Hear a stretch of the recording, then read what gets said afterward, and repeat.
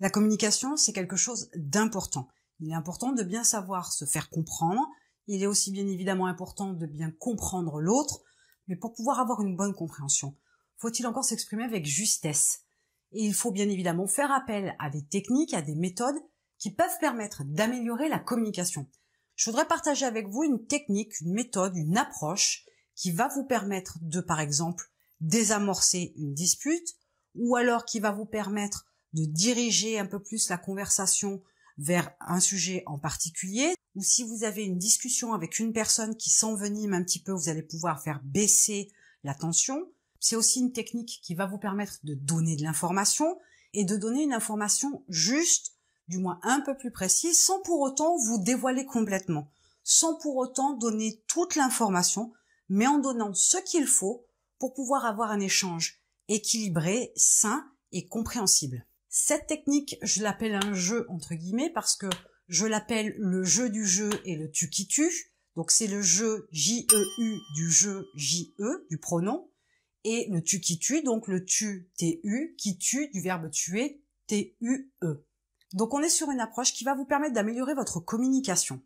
Vous allez devoir vous entraîner bien évidemment, vous allez devoir penser à cette technique lorsque vous vous retrouverez dans une situation où il y a un peu de tension ou que vous êtes obligé de vous exprimer clairement pour bien vous faire comprendre. Dès l'instant où vous utilisez le tu ou le vous par exemple, vous êtes dans l'agression. Si vous dites à votre interlocuteur « tu parles trop fort », vous l'agressez. Si vous lui dites « tais-toi », vous l'agressez, vous lui donnez un ordre et vous l'agressez. Si vous avez déjà un échange sous tension, ça va envenimer la situation. Si vous avez une personne qui parle fort en face de vous, que vous lui dites « baisse d'un ton », vous êtes dans l'agression. Vous pourriez aussi avoir un échange où vous pourriez dire « tu as tort »,« tu te trompes ». L'utilisation du « tu », quoi qu'il arrive, c'est une agression. Et si vous agressez quelqu'un qui est un peu tendu, sa réaction, c'est l'agression en contrepartie. Et ça va faire monter le ton, et ça va aller de plus en plus loin. Quelquefois, ça va même aller trop loin, parce que bien souvent aussi, c'est dans ces moments-là que nos mots dépassent notre pensée. Et pour éviter que ça aille trop loin, il faut faire baisser le ton, baisser la tension, baisser l'agressivité des deux côtés. Et donc la contrepartie du tu, c'est le fameux je. Si vous dites à quelqu'un « mes oreilles supportent mal les cris », vous n'agressez pas votre interlocuteur. Vous lui donnez une information. Et là, pour lui, si vous percevez que lui crie, lui va percevoir que effectivement le ton est peut-être un peu haut, un peu fort, et il va naturellement baisser d'un ton. Alors, il va peut-être pas complètement passer d'un extrême à l'autre, mais il va déjà baisser d'un ton. Et vous pourrez réitérer ce genre d'approche plusieurs fois si le ton monte, de façon à retrouver un échange cordial avec la personne, de façon à ce qu'elle ne crie plus, qu'elle parle moins fort. Et en parlant moins fort, il y a moins de stress intérieur, il y a moins de tension dans la discussion, et on peut retrouver un certain calme pour avoir un échange, une communication qui soit agréable, qui soit un échange constructif, et qui vous permette d'avancer sans forcément vous crêper le chignon. Alors je peux vous donner d'autres exemples de phrases que vous pouvez utiliser.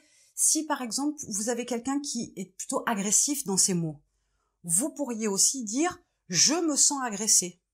Au lieu de dire « tu m'agresses », qui forcément va générer de la tension supplémentaire, parce qu'on va vous répondre « mais non, je t'agresse pas, c'est toi qui le prends comme ça », hop, c'est déjà trop tard, on est passé encore à un cran supérieur. Alors que si vous dites à la personne « je me sens agressé », la personne va y faire attention, elle va y prêter cas. Donc peut-être qu'elle vous dira qu'elle ne vous agresse pas, mais le simple fait que vous disiez que vous vous sentez agressé fait que la personne aussi va volontairement un peu plus faire attention parce que son but non plus, c'est pas de faire dégénérer la discussion en dispute. Après, vous avez des phrases qui vont fonctionner aussi selon le contexte. Par exemple, vous vous disputez sur quelque chose que vous avez oublié et que vous auriez dû faire, par exemple.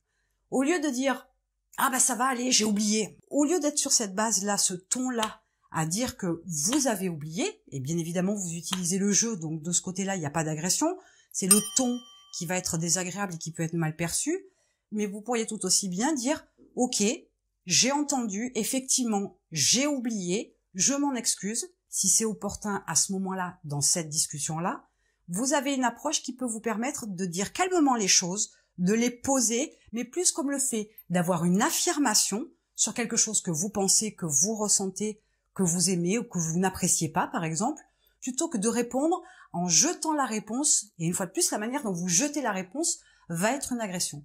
Mais dans cette approche-là, dès l'instant où vous évitez déjà le tu, vous évitez de faire monter la tension. Dès l'instant où vous jouez du jeu, vous allez adoucir la température dans la discussion. Vous allez faire baisser le ton. Ça va redescendre de plusieurs crans, selon la personne qui est en face de vous, selon le sujet, selon la manière dont vous dites les choses. Et avec cette technique-là, il est bon d'utiliser une deuxième chose. C'est le volume de votre voix. Si vous parlez doucement à quelqu'un qui s'énerve, il aura tendance à baisser la voix.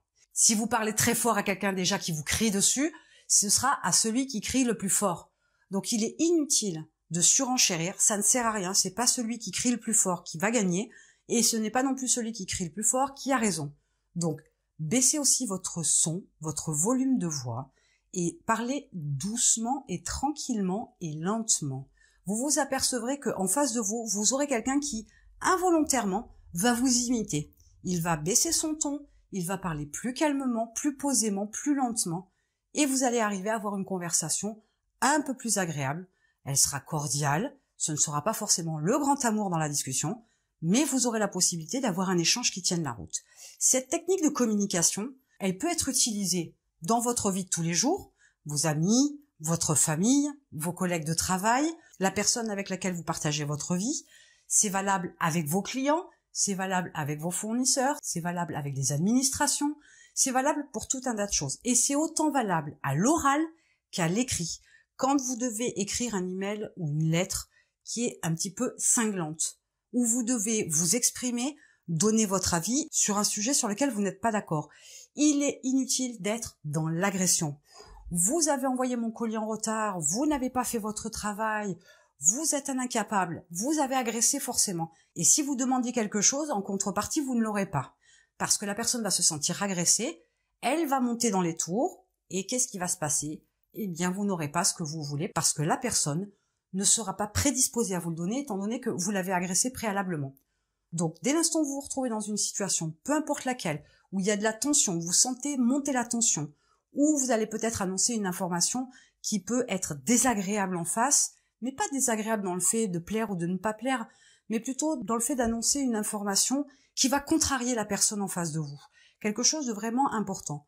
Et dès l'instant où vous vous retrouvez donc dans des situations de tension, vous allez pouvoir utiliser cette technique qui est le jeu du jeu et le tu qui tue. Et vous vous apercevrez que très vite, vous allez avoir beaucoup moins de disputes dans votre vie, vous allez avoir beaucoup moins de gens agressifs, vous allez avoir des conversations où à chaque fois, vous allez pouvoir voir une issue et atteindre vos objectifs, parce que justement, ça ne se finira pas en pugilat, ça ne se finira pas en massacre, ça ne se finira pas en cris, voire en pleurs, et vous aurez ce que vous voulez. Donc pour améliorer sa communication, il est important d'utiliser certaines techniques, comme celle-ci par exemple. Elle nécessite que vous y pensiez quand vous vous retrouvez dans une situation délicate, elle nécessite que vous réfléchissiez quand vous donnerez une réponse, mais au fur et à mesure, à force de vous exercer, vous vous apercevrez très vite que cette technique-là, non seulement va vous aider pour des discussions un petit peu tendues, mais ça va vous aider aussi, même dans des discussions normales, très calmes, ça va vous permettre aussi de diriger plus facilement votre interlocuteur sur une information, de le diriger vers une façon de penser, très calmement, sans que ce soit de la manipulation, mais tout simplement en vous exprimant correctement, avec justesse, mais surtout en exprimant ce que vous pensez, ce que vous ressentez, ce que vous voulez.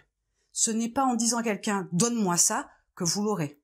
Par contre, vous l'aurez peut-être plus facilement si vous dites « j'aimerais ceci » ou « je souhaiterais cela » ou « il me plairait beaucoup d'avoir cette chose-là ». Dans ce cas-là, cette information passe différemment et elle est mieux réceptionnée. Maintenant que vous avez cette nouvelle technique pour améliorer votre communication, je vous invite à l'utiliser très rapidement pour qu'elle rentre dans votre processus de communication au quotidien. Et en attendant, je vous retrouve de l'autre côté.